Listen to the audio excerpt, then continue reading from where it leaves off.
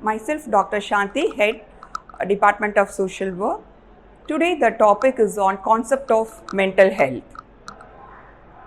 As per the ICMR survey 2017, 1 in 7 person in India suffers from mental disorder of varying severity, with depression and anxiety disorders being the most common disorder affecting 45.7 million and 44.9 million people respectively. Nearly 19.7 crore people suffer from some form of mental disorders including depression, anxiety, OCD and so on. What is health? The World Health Organization defines health is a state of physical, mental and social well-being, or not merely the absence of disease or infirmity.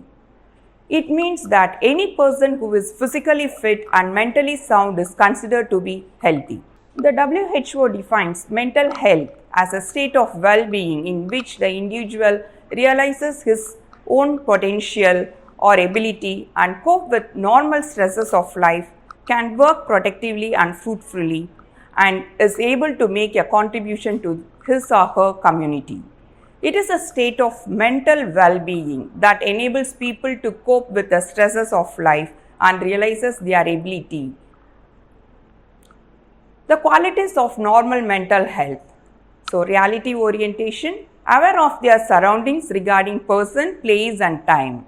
Self-awareness is about what we do. Self-knowledge is about who we are. Self-esteem is your opinion of yourself. Self-acceptance is accepting life's disappointments and to have control over their emotion and behavior. Can build a good relationship with their family members or with the co-workers. So, mental health is not static. So, in the range of a mental health continuum scale, mental health on one side and mental illness on the other side. Actually, mental health fluctuates from for each and every person or within themselves. So, it is not a static. So, prolonged mental health may lead to mental illness. Mental illness is disturbance of cognition, cognition and action or any disequilibrium within these three domains. What we think, what we feel and how we behave is different situation. A mental illness and mental disorder is a clinically diagnosable disorder and clinically interferes with an individual's cognitive, cognition and social abilities. So, causes of mental illness. There is no single cause of mental illness. So, in the biopsychosocial factors, we can see biological factors, psychological factor and socio-cultural factors. So, in the biological factors, genetics play an important role. So, imbalance in chromosomes, it may affect mental illness. Imbalance in neurotransmitters or the chemical agents, example dopamine, serotonin and GABA.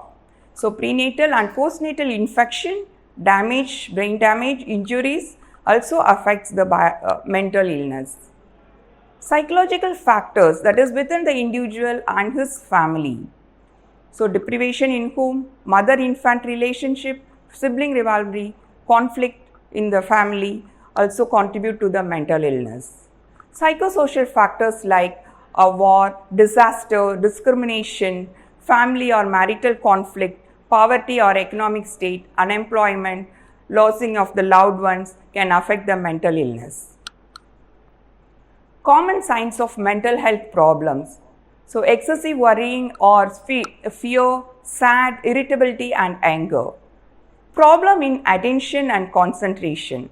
Isolate from friends and others, are feeling loneliness and change in mood, appetite or sleep, misuse of drugs and alcohol, inability to carry out the daily activities, inability to carry out daily activities and frequent nightmares, changes in performance either in schools, college or at workplace. So, conclusion, mental and physical health are equally important components of overall health. So, it is very important in every stage of life from childhood till adulthood. Thank you.